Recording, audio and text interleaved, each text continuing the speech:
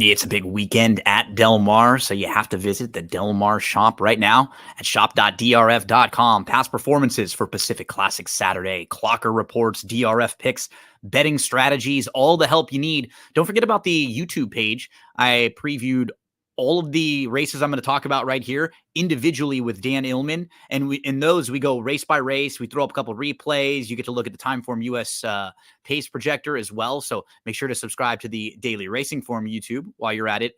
Throw up a subscribe and a like for this YouTube page. You'll have lots of preview videos for you. If you want some help handicapping the races this weekend from Saratoga, there's a video. Barry Spears joins me to preview the late pick 5 from Saratoga. Angela Herman joined me to preview the late pick 5 from Kentucky Downs. I'm going to roll through Del Mar. Let's take a look at the full card. We'll kind of go quickly through this one. I will be heading out there on Saturday, do a little work. So I'll be around getting some video and pictures and stuff in the paddock, and then some winner circle photos. Let's see if we can pick a few winners ourselves. Race number 1, maiden special weights. These are 2-year-old fillies. I like the 2 non-compliant. This one might actually be the better price of the Baffert runners in here. I was just impressed with her in the morning. I thought her work was very good, what you can find on XBTV. And when you take a look at her dam, sensitively, she actually won her career debut by 9 1/4 lengths and earned a 91 Beyer speed figure in doing so. She was a 4-time winner, and we know she was precocious. We know she was fast. I'm expecting the 2 non-compliant to come out running, working with the horse. So the work that you can find, or the one that I watched on XBTV, was with a horse named Gaming, who was a debut winner on August the 11th. So working basically heads up with a horse that already won their debut. I think there's some real ability here with non-compliant.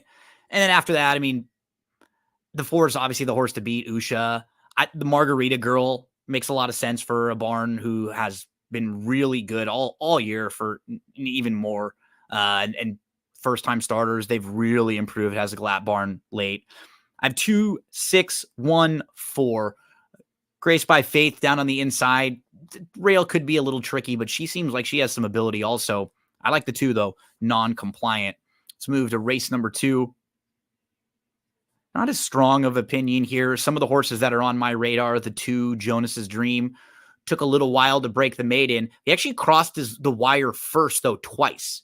See, and it wasn't even an instance where he impeded another runner. He was DQ'd from the purse money. And that was against maiden special weights. Then he dropped down and faced claimers a couple more times, finally put it all together on August the 4th. You know, you see Arcangelo and some solid horses that he faced earlier on in his career. The 11, interesting to me just because he broke through the gate last time out against 12-5 claimers. And if you can eliminate that race, it really looks like he fits at this level. Because he wins his debut a couple years ago, and then he's thrown in stakes races and faced tougher all the way down. And as he dropped down, he sort of ran the same races, and then those races just got better at lower levels. Once he hit the 12-5 level, the same race he was running almost wins. So I wouldn't be shocked to see him be pretty competitive here. This is very close to where he was competitive in his last 2 races, or in the race on July 21st and on July the 6th, right around this 12-5 level. This is slightly above that, but I think he fits with this group of horses.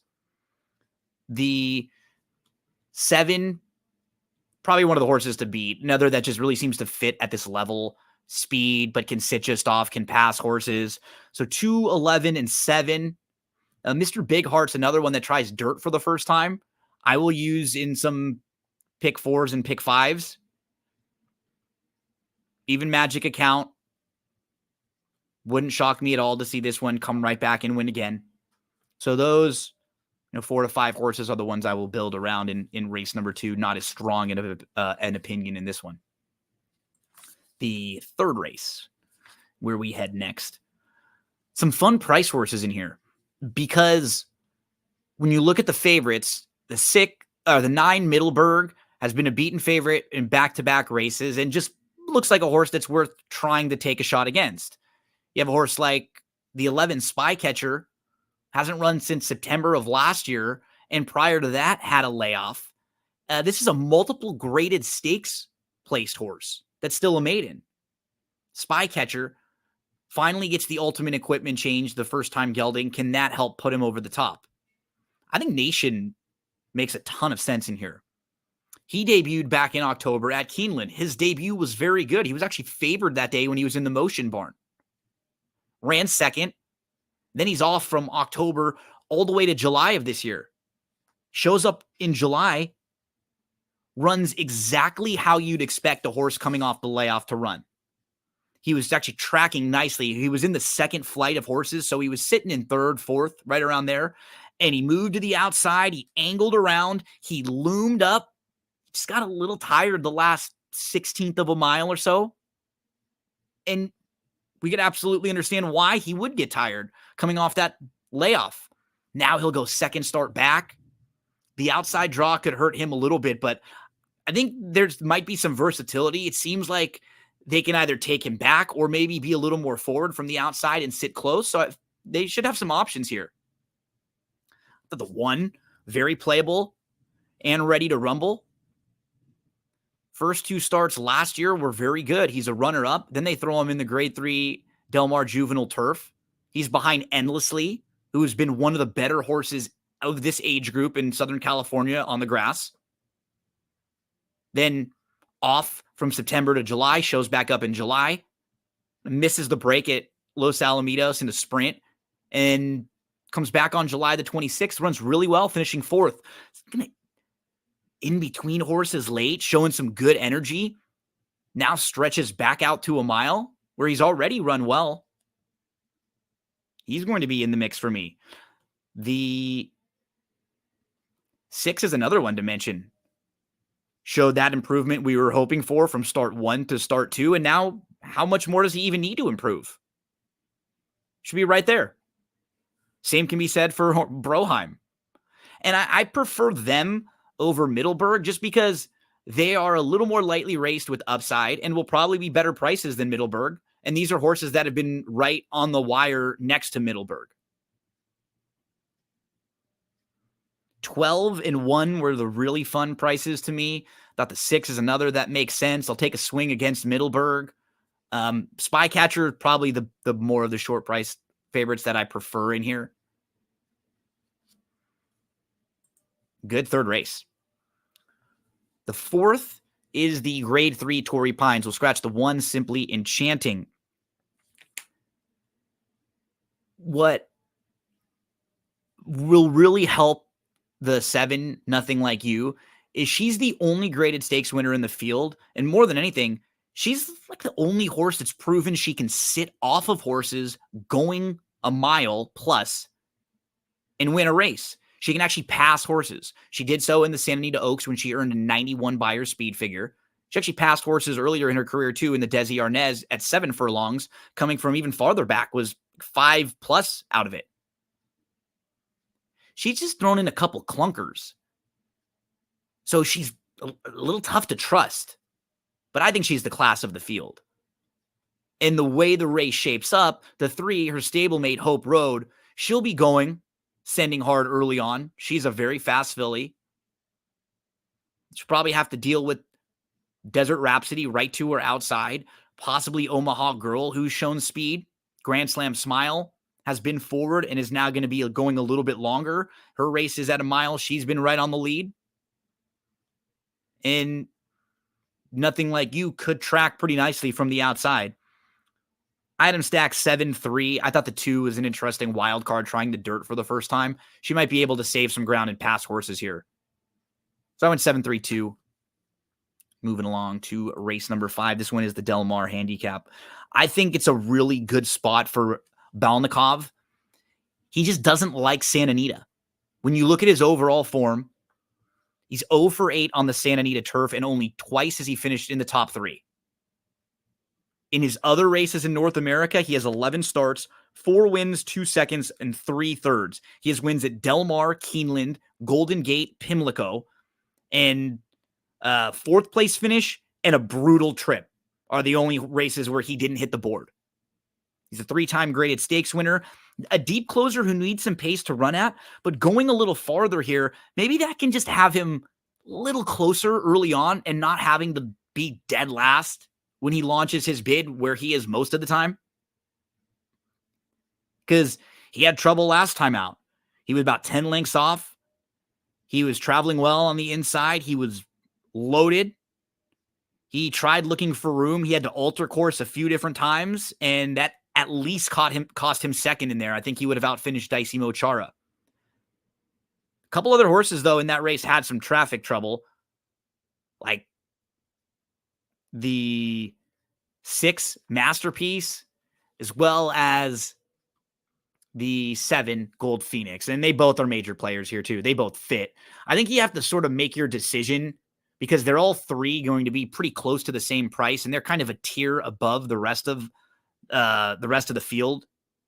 So I feel like you make your call with one of them. Can you take a stand and maybe single one of these horses or go too deep and not have to use all 3 of them in here when you know that there won't be a whole lot of separation between what the payout is? This is about gambling and ticket structure as much as it is about handicapping. Can you just get a little bit lucky? If you make the right call, maybe the gambling gods will reward you. Moving to race number 6. The 1 horse Sir Tom is scratched, so that does bring the 11 Speedy Wilson in. And I think that you want to use him in your exotics. Speedy Wilson's debut was just a little late on the scene, but his dam showed precocity. She actually won her career debut, and she's produced some nice horses like Lovesick Blues, who's a 5-time winner. Dory Miller's also a winner, and then Speedy Wilson is the third of those 3. So I would include him in some of the exotics. I'm a Bad Boy is training really well, and he's dropping out of a Calbred Stakes race. He just missed on July the 21st, so he's no doubt the horse to beat in here. Others that you could throw in at a price, both the 6 and the 7, Gozer and 3 Georges. I just expect improvement from these horses who just didn't really get away smoothly and clean, and they're better than that debut race would suggest. 11, 5, 6, and 7, maybe a couple others to use. In race number 7, it's a Calbred first level allowance, optional claimer, going a mile and a 16th on the turf. The 2 McGregor Lake completely missed the break back in May. The reason why I'm talking about the May race is because that's going a mile, and this race is going a mile and a 16th. Completely misses the break. Was kind of in some traffic, was shuffled down inside, nowhere to go. Did come running late there on May 19th. And I don't know if he is a slog, what shout out Emily Gullickson calls him, slow out of the gate. But now we're seeing 4 of his 6 starts that he's had slow starts. So that is a little bit concerning. And it really hurt him going 5 on the turf on August the 25th. Again, misses the break, last of 8. Really started the roll in between horses late with a big gallop out. You see, he finished 8th, but he was only beaten 2 3/4 lengths that day. He's a massive price, and I think he's a little bit sneaky. The first few turf races, look at his first 4 races. What's really wrong with any of those? Then they tried the dirt. He stumbled badly, came back to the grass, had a slow start again, going 5, which is a little too short for him anyways. Got some muddied up form. I think he's interesting at a price, the 2 McGregor Lake. Others in here that are logical, the 9 Pure Madness, that turf debut was really good, and that was against Open Company. And now he moves in with Calbreds. He's stakes place. He was a runner-up in the Real Good Deal last time. The 5,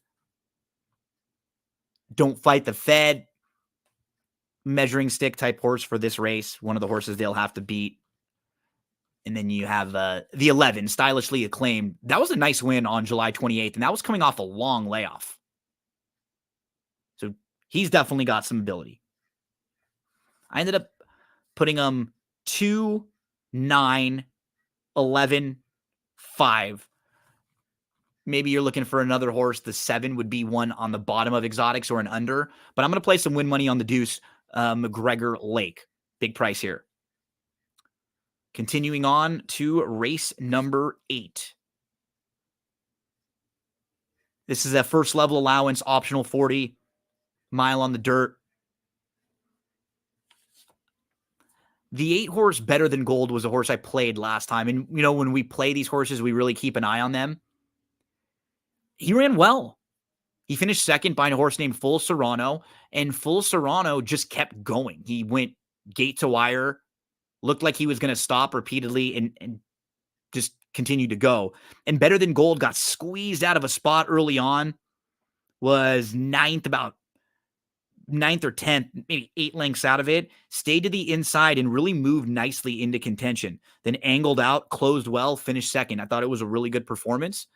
Now he can build off that. It was the first start after a short break. Source lost to Nisos twice and Formidable Man. Those are legitimate stakes horses.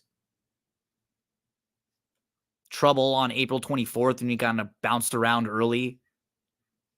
You can really eliminate some of the poor performances for Better Than Gold. Throw him into your exotics. The 1, Bright Leaf, he's in nice form. He's won 2 of his last 3, and you sort of know what you're going to get from him. He's going to sit back and just make one late run. He hopes they go fast enough early on. Horses like El Rey Dorado, Ultra Power will probably be poorly placed here. Tessero should be in it early on. Fast Draw Munnings might be a little fresh early, and even Scatify from out wide. So definitely versions of this race where they go quick early, and it could set up well for a horse like Bright Leaf. I mentioned Tessero. I think it's kind of a measuring stick too for here. I say that a lot, meaning just if he fits at the level and if no one jumps up with a monster performance, you sort of feel confident about the effort you're going to get from Tessero. Just really honest. And should offer you a fair price, right around 5-6 to 1. But really wide open race, many ways to go. Like nothing wrong with the 10 Scatify. You just have to make your decisions and take a stand in some spots here. And yeah, I'll put the 8 on top. I'll use the 1 and the 7 in a lot of exotics. I think they're some of the major top players in here and horses I like at those prices. Where do we go next? 3 graded stakes races to close out the card. First, it's the Green Flash, the grade 3 Green Flash, 5 furlongs on the turf. 4 of these horses are D'Amato runners. And I think Motorius will run well in here, getting back to Del Mar, the turf course that he likes. The 2 races this year, I think you can make some excuses for him. He didn't really run that bad in the Breeders' Cup Turf Sprint last year. It's kind of a weird race. He was in the race a little more early forward, then kind of backed off and then came on again. The 5 furlongs at Del Mar is nice for him because he just sort of drops back. He makes his 1 late run. I think that's the type of horse he is that has to perfectly time it. And he should get a lot of pace to run at in here. From the inside, those 3 inside horses are all fast. Fast Buck, he missed the break last time out, but he's normally showing speed. Mo Gold is quick. Sassy Nature's really fast. She wired a field with a couple of these rivals on August the 2nd. But I think she's going to have to deal with a tougher group and more pace pressure early. Star Racer doesn't feel like he's as quick as some of the others, but has to go. Noble Reflection, same thing. He doesn't want to sit, but I don't think he's quite as fast as some of the others. Unconquerable Keen has some versatility, and that's what's nice about him. I was a little disappointed with his August 2nd effort, but he can put himself right there with the speed horses, and he can finish a little bit, whereas some of the others are more one-dimensional. None Hudson's a player because he has some versatility. He can sit off horses. He can finish. He closed from way out of it chasing a horse who went gate to wire Super Quest in a race when there was no passing on July 28th. That was his first start of the year. He steps forward, second start after 9 months off. The 9, look what she did. She was off from October of 2022 to July. shows up off that long of a layoff and wins and earns her best buyer speed figure. And she probably showed a ton of maturity and growth and development from October of 2022 to July of 2024. The way that I end up ordering this group, because you can make cases for a lot of them. I put the 10 on top with the 9 and the 8 in the second and third spots. So None Hudson, maybe some value there, but pretty logical and kind of Captain Obvious horses for me in here with Motorius and Connie Swingle. We'll use None Hudson as well. And a mention for the 7 Unconquerable Keen, who I think at 5 furlongs, it fits really well. Third start off the bench. The Pacific Classic is race number 10. News came out Friday morning that Adair Manor will be scratched. So she was going to be the favorite in this one. That means the money will come on Dr. Venkman. Dr. Venkman, though, has to prove that he can get a 1.25 mile distance. He just showed that he can get the 1 mile and a 16th, and now he has to go much farther. Looking at how the pace could project, Il Miracolo is a grinder. He wants to get in there and just sort of kind of keep moving his feet all along, and he'll fight you. Reincarnate could probably be more forwardly placed now that Adair Manor's not in here. Full Serrano went really fast in his U.S. debut, so we expect to see that. I don't know about that kind of speed, but expect to see speed from him again. So I think the pace should be fair in here. I like the 2 a little bit. There Goes Harvard. He wins the Gold Cup at Santa Anita going 1.25 miles on the dirt a couple years ago. Then following that, stuff has just gone wrong for him. He was off for a few months, shows back up. He's just well beaten after a bad start in the San Diego. He's off from July 2022 to February of 2023. Shows back up, doesn't have a good start. He needs the race. He steps forward a little bit in the big cap in 2023, but he had trouble there. Then again, he's off for now more than a year, for 14 months, shows back up in May of this year. And he was a pretty good 4th in the Shoemaker Mile behind Johannes and Fantastic again in Du Jour. Then he had a brutal trip on July 28th. You have to go race by race, but you can make excuses for him. You have to do a little bit of digging. The only horse in the race with a win going 1.25 miles on the dirt. So when some of these horses are getting tired, I think that's where he could really have an advantage late. Got the 2 over the 3. And then I had the 1 in the third spot. Cool horse. Tries really hard. I think the same thing for the 5, Katana. Let's round out Pacific Classic Day. Race number 11 is the Del Mar Mile. In Du Jour looks like the horse to beat in here. Du Jour was last year's Del Mar Mile winner. And Du Jour just went a little too far in the Eddie Reed last time out. This guy's a miler. You see, when he goes farther than that, it's just a little too far. And visually, he looked like it. He was sitting close. He kind of loomed up and just not much laid at all. And really faded in that last 100 yards or so. This is going to be a really nice spot for him. Lamas is an interesting horse. He won the San Francisco Mile, and he just shows up and fires every single time. And he beats nice horses. Air Force Red, Balnikov, who I talked about a little earlier. Mixto, who was just in the Pacific Classic. The 8 might be the horse I end up betting in this race, Conclude, because I don't think there's that much speed in here early on. Exalted wants to track. First Piece, he has some speed, but he's been tracking a little bit and sitting nicely with the target. Flashiest is not quick at all. Irideo is not quick at all early. Lamas is not fast early. He's more kind of a mid-pack horse, sitting a few lengths off. Almendaris is not fast early. Du Jour is not fast early. Halfway Line is not fast early. So I think it comes down to the 1 Astronomer and then the 8 and the 9. Of those 3, I would say Conclude is the fastest, and Astronomer and First Piece might be very, very content with just sitting behind and letting him go. And Conclude wasn't able to do that last time. He backed off a fast pace, and then he gets shuffled way back early on. And it was a pretty good effort, too, despite getting shuffled way back. But I'm hoping they're sending him third start off the bench. So I have the 8 as sort of my top pick based on price. I think the 3 de jour is the horse to beat. 8-3, the 9 First Piece makes a whole lot of sense in here too. The 5 Lamas will be throwing into some exotics as well. Really honest horse who always shows up. If you wanted to go deeper or maybe bottom of exotic horses, the 1, and then what do we do with the 10 Exalted, who was so good last year, but just doesn't seem like he's the same horse anymore. He's had a lot of physical issues along the way, but if he can shake off the rust, third start off the bench, should be offering you a lot more value in here.